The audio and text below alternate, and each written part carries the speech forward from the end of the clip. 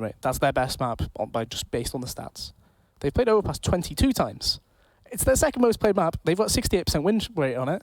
NaVi have played it 9 times. They've won 3 of those games. So clearly, like, it seems a bit weird, right? But on the other side of things, you consider NaVi beat Liquid on it yesterday. Liquid I consider to be one of the best on that map as well.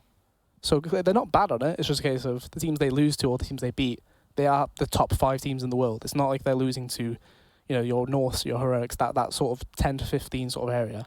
This is teams that you should be losing to sometimes just on the basis of things change game to game. Yeah, this is how it is with that current rotation of the top teams in the world. We do have the Furia now coming through, of course, starting it off with Nuke, then moving on to Overpass. And finally, as a decider, it's Inferno. Don't think we could ask for much more of a better third map there, really. Yeah, it's a nice safe one. Everybody likes an Inferno third mapper.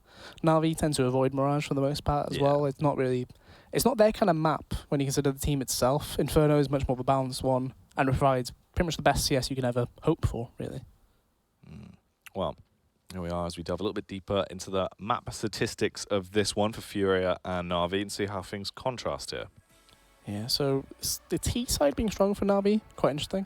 Just on the basis of things, because 55% T side win percentage is kind of on Nuke of all maps. I'm not sure if that says that your T side is actually really good or the T side is really weak more than anything. Because stereotypically, everybody will say Nuke is so CT sided.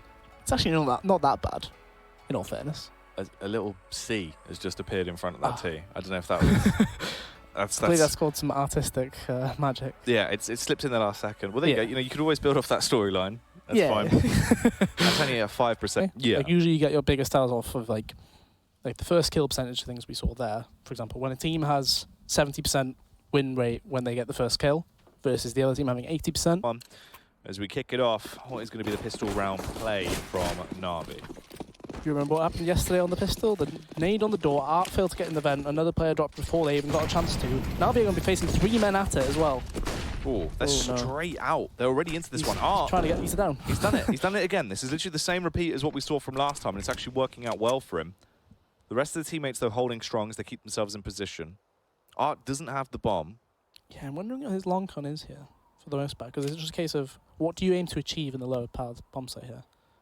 Zeus is rotating down into it. He didn't actually spot him. Oh my word. I don't think he expected it to drop like that. Oh no, Zeus! No armor, thankfully on art means that chance is possible, however the A burst comes through. Yeah, that could have been way worse than it had to be. Luckily enough, though, we fall back into this scenario. Flamey just slaughtering everyone that comes towards him towards the A site. Tesserato, the last one remaining, firing off the warning shots with a P250, but Boomich will kill him. Yes, potentially the pistol we saw yesterday from Furia was how it was not meant to go properly. Yeah. Right? In the sense that we didn't really get to see Art try and actually look what he can do in the lower bomb site. Instead, we just saw him fail to get down the vent, and then from there, everything fell apart. Instead, we saw him try and go lower, try and go up, back through ramp, perhaps towards Nest. Instead, NaVi, they had 3 bears on that upper bomb site. They cleared the round quite convincingly as well. It's going to be an attempt at a vent dive, surely. Well, this is literally all Art was doing pretty much consistently the entire time. And obviously, last time around, he found success already, so he's back down there again. He's already on the lower side. He is just going for the plant, I think, because no one else is there at all. So he is just going to get that down to at least get cash for his team. NaVi have only just realized what on earth has even happened here. Zeus is back over once again to try and trade this out and defuse that bomb. Yeah, shouldn't be able to do too much about it. Simple. Electing to go for the classic guarding. Oh, I thought he just threw. Oh, Tesserato!